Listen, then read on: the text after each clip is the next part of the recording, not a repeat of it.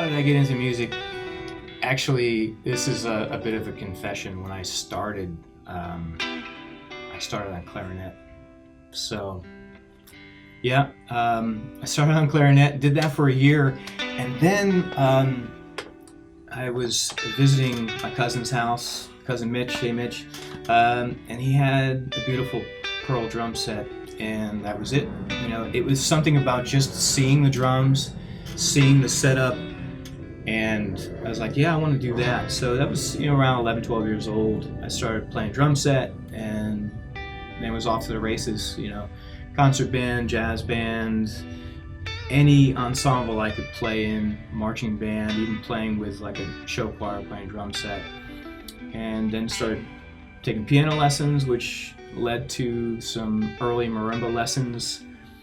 And then I think I knew by the time I was about 13 years old that I wanted to major in music. I don't think I even knew what that meant, but I knew I wanted to do that. And then got to college and really started taking off on the keyboard playing a lot there, studying with Peter Tanner at UMass, and then did my master's degree at Indiana to kind of up my game in the timpani world, studying with Gerald Carlos. And got my job at University of Delaware at the ripe old age of 25 or 26, and I've been there ever since, year 25 this year. I was working with Santa Clara Vanguard in 2000, and at that point the Corps had a mixed endorsement deal with sticks and mallets. So that was my first experience really with playing the innovative products in a front ensemble. And I was immediately blown away by the sounds that we were able to get acoustically. We weren't mic'd, there was no sound reinforcement, but the sounds we were able to get through the mallets, the durability of the mallets, and really just the company's support through the summer was fantastic. And I had already known George Barrett through Pearl years before, so I had a bit of a relationship with him. But yeah, it was my years with Vanguard and watching the company grow through those years. So when they announced that they were going to start producing sticks and everything, it definitely piqued my interest, and sure enough, George talked to me about designing my own mallets, and that was it. I was completely sold by that point. I just loved every product that they were coming out with, loved the sound, loved the feel, loved the aesthetic of the company. It was a perfect fit.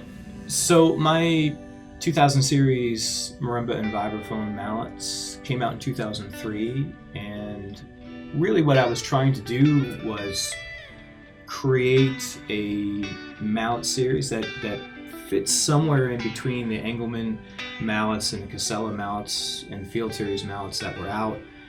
And we were trying to also experiment with a little bit of a different wrap than people were used to for indoor or outdoor mallets, something that maybe had a little bit more of a multi-tone. And while that's common for a soloist mallet, for a marimba soloist mallet, would that work outside? And we wanted to experiment with some different finishes. I wanted a natural feel on the handles rather than a lacquer finish. And as well, I wanted to experiment with a round core vibraphone mallet that could also function on marimba, or function on xylophone, or function as a multi-percussion mallet.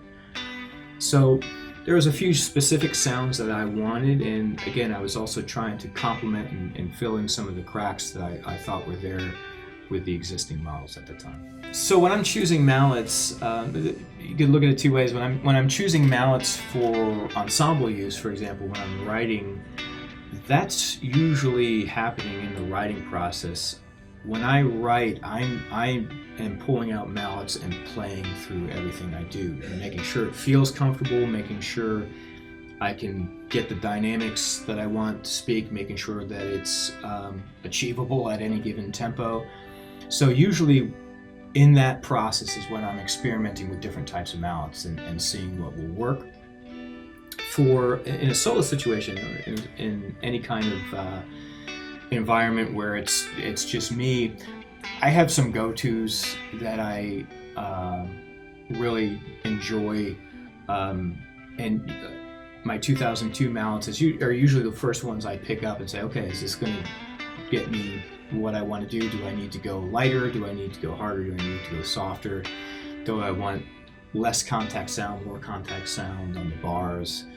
And I also consider, where will I be performing this? What kind of venue? Am I going to need volume for the venue? Would I be mic'd? Is it going to be filmed? So there's all sorts of other factors in there, but I tend to gravitate towards a few of the models in my line, 2002s, 2003s, and then kind of go from there. And then it could really lead to any series, any model that I have in the bag. So I have been with Innovative since 2003, and for me, the choice is made. The company has everything I could ever ask for and is constantly innovating new things. Sticks, mallets, pulling in new artists for everything you could think of, and the sound, the feel of the mallets and sticks is top notch. The durability, particularly in my world of marching percussion, the durability is top notch. Customer service is top notch, and I could not imagine using any other sticks or mallets.